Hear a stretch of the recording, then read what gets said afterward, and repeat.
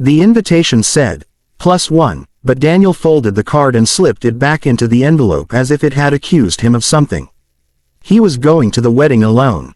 And he told himself that was fine. But the truth was that he hadn't stepped into a celebration like this since the day he buried his wife. Before we begin, I want you to promise me something.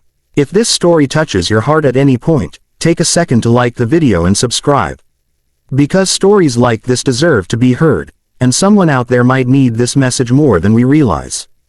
Daniel Harper was 34, a single dad with permanent exhaustion in his eyes and a quiet gentleness in his voice. His 6-year-old daughter, Lily, was his entire world. She had her mother's curls and Daniel's stubborn optimism, though lately, even that optimism felt borrowed. His best friend Mark was getting married. They had grown up together, shared cheap dorm rooms, heartbreaks, and dreams too big for their small town. Daniel had been Mark's best man once, at his first wedding. That marriage hadn't lasted. Second time's the charm. Mark had laughed on the phone. "You better show up, Dan." Daniel had hesitated. Weddings weren't easy anymore. The music, the vows, the slow dances, they stirred memories he tried hard to keep quiet. But Lily had tugged on his sleeve. "Daddy, you should go. Mommy would want you to." So he ironed his only navy suit, polished shoes that had seen better days, and arranged for Mrs. Hernandez from next door to watch Lily overnight. Mrs. Hernandez had been their neighbor for 3 years. Mid-40s, sharp-witted, soft-hearted, with a laugh that could break through concrete. She had been the one who brought casseroles when Daniel forgot to eat. The one who stayed with Lily when Daniel worked double shifts. The one who quietly fixed the broken fence without ever mentioning it. "You clean up nice," she said that evening, leaning against her porch railing as Daniel locked his door. "It's just a wedding," he replied. She looked at him for a second too long. "It's more than that." He didn't ask what she meant. The wedding venue was beautiful. Fairy lights strung across oak trees, white roses lining the aisle, soft music floating through warm summer air. Couples arrived hand in hand, laughter mixing with clinking glasses. Daniel felt the weight of his empty hand. He took a seat in the third row, alone.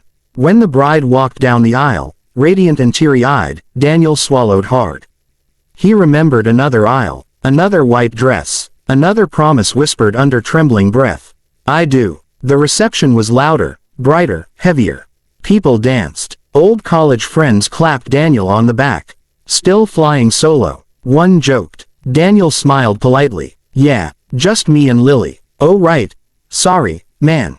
He hated that look. The one that mixed pity and relief. Relief that tragedy had chosen someone else. As the night went on, Daniel found himself standing near the edge of the dance floor, watching Mark sway with his bride. "You deserve this," Daniel murmured to his friend from afar. But a voice inside whispered something darker. "And what about you?" He shook it off and stepped outside for air. The garden was quieter, lit softly by lanterns. He sat on a wooden bench, loosened his tie, and closed his eyes. He didn't hear the car pull up at first. But he heard the voice. "Daniel." His eyes snapped open. Across the lawn, near the entrance, in a deep green dress that caught the lantern light, stood Mrs. Hernandez. She was slightly out of breath. And smiling. "Look at me," she shouted, lifting her arms in mock dramatic fashion. For a second, Daniel was too stunned to move. Guests turned their heads. Music drifted faintly from inside. "What are you doing here?" he asked, walking toward her. She shrugged. "Lily fell asleep early. Mark's sister texted me that you disappeared outside looking like someone canceled Christmas. So I thought, maybe you shouldn't be alone tonight." He stared at her. "You drove 40 minutes for that." She stepped closer. "No," she said softly. "I drove 40 minutes because you've been alone for 3 years, Daniel. And you don't have to be." Something in his chest cracked. "I'm fine," he whispered. "No, you're not," she replied gently. "You're surviving." "That's different." He looked away, jaw tight. "It's not that simple." "I know it's not." Her voice softened. "You loved her. You still love her. That doesn't disappear." He swallowed hard. "But Lily deserves to see her dad happy. And you deserve to remember what that feels like." Music shifted inside, a slow song. Laughter followed. She extended her hand. Dance with me. Daniel hesitated. The ghosts were loud, the memories sharp, but then he remembered Lily's words. Mommy would want you to. He took Mrs. Hernandez's hand. They walked into the reception together. People stared, curious whispers buzzing.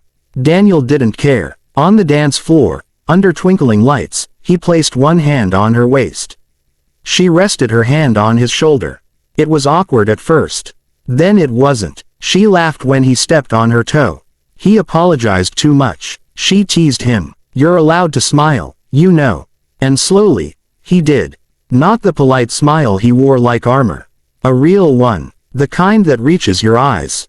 Halfway through the song, she leaned close and whispered, "Look at me." He did. And what he saw wasn't pity. It wasn't obligation. It was someone who had quietly loved him from across a fence for 3 years. Someone who saw his grief and didn't fear it. Someone who saw his strength and admired it. For the first time in years, Daniel didn't feel like the widower in the room. He felt like a man. The rest of the night unfolded differently. He laughed louder. He danced twice. He even caught the bouquet accidentally, to everyone's amusement. As they drove home later, silence filled the car, comfortable, warm. "I didn't mean to ambush you," she said. "I'm glad you did," he replied. When they reached their street, the porch light glowed softly. Lily was asleep inside, safe. Daniel turned off the engine but didn't get out. "I'm scared," he admitted. "I know. What if I'm not ready?" She smiled gently. "Then we go slow. What if Lily? She already adores me," she interrupted with a playful grin. He laughed, then grew serious. "I don't want to replace anything. Or anyone." "You're not replacing," she said. "You're building." And that's when Daniel understood something powerful. Grief isn't a door you close. It's a room you learn to live beside. The next weeks were careful. Gentle dinners. Movie nights with Lily between them. Laughter that didn't feel forced. Daniel still had hard days. Still visited the cemetery. Still whispered memories into the wind. But he no longer did it alone. One evening, months later, Lily tugged at Mrs. Hernandez's hand in the kitchen. "Are you going to marry my daddy?" she asked bluntly. Mrs. Hernandez nearly dropped a spoon. Daniel froze. Lily looked between them. "Because he smiles more when you're here."